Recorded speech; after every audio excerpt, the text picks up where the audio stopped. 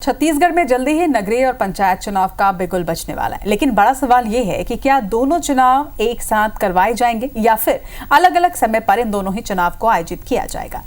देश में इस समय एक देश एक चुनाव का बहस छिड़ा हुआ है, जिसने छत्तीसगढ़ में भी नगरीय और पंचायत चुनाव के संदर्भ में इस बहस को फिर से जिंदा कर दिया है। सरकार की ओर से गठित ऋचा कमेटी एक साथ चुनाव कराने की सिफारिश कर चुकी है। इसे लेकर बीजेपी तो उत्साहित दिखती है, लेकिन कांग्रेस ने इसका विरोध शुरू कर दिया है।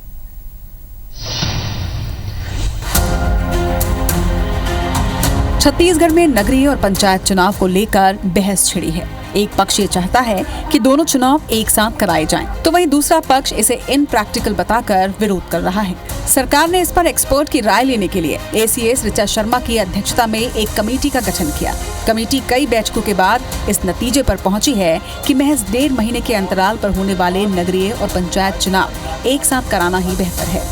कमेटी के मुताबिक एक साथ चुनाव से पैसों की बचत होगी, नक्सल प्रभावित क्षेत्रों में चुनाव का जोखिम कम होगा, मतदान दलों की सुरक्षा सुनिश्चित की जा सकेगी, आचार संहिता से कामकाज कम प्रभावित होगा।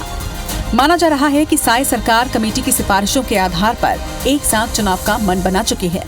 भारतीय जनता पार्टी के सरकार का विषय है।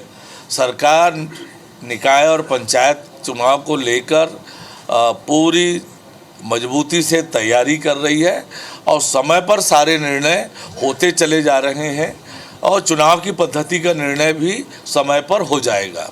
एक देश एक चुनाव मोदी सरकार का महत्वाकांक्षी एजेंडा है, जिसे अमल में आने में अभी वक्त लगेगा। ऐसे में साई सरकार नगरीय और पंचायत चुनाव एक साथ कराकर एक मिसाल पेश करना चाहती है। हालांकि कांग्रेस को साई सरकार का ये प्लान रास नहीं आ रहा है। अव्यवहारिक है, जो चीज व्यवहारिक नहीं है उसके बारे में आप कोशिश कर रहे हैं। अभी तक का हम तो कहीं देखे नहीं है कि इस प्रकार से नगरीय निकाय और पंचायत का चुनाव एक साथ हुआ हो। और दोनों का केमिस्ट्री अलग है, दोनों का क्षेत्र अलग है, कुल मिलाकर के व्यवहारिक नहीं है। देखिए, ये व्यवहारिक तो नहीं है और संभव भी नहीं है, लेकिन ये इस तरह का कर रहे हैं तो जानबूझ के नगरीय निकाय चुनाव और पंचायत चुनाव में भारतीय जनता पार्टी को फायदा पहुंचाने के लिए इस तरह के प्रयास कर रहे हैं, जो उचित नहीं है। इस तरह का काम उनको नहीं करना चाहिए। अब सवाल है कि क्या छत्तीसगढ़ में निकाय और पंचायत चुनाव एक साथ होंगे? अगर दोनों चुनाव एक साथ होते हैं तो किसे फायदा और किसे नुकसान होगा?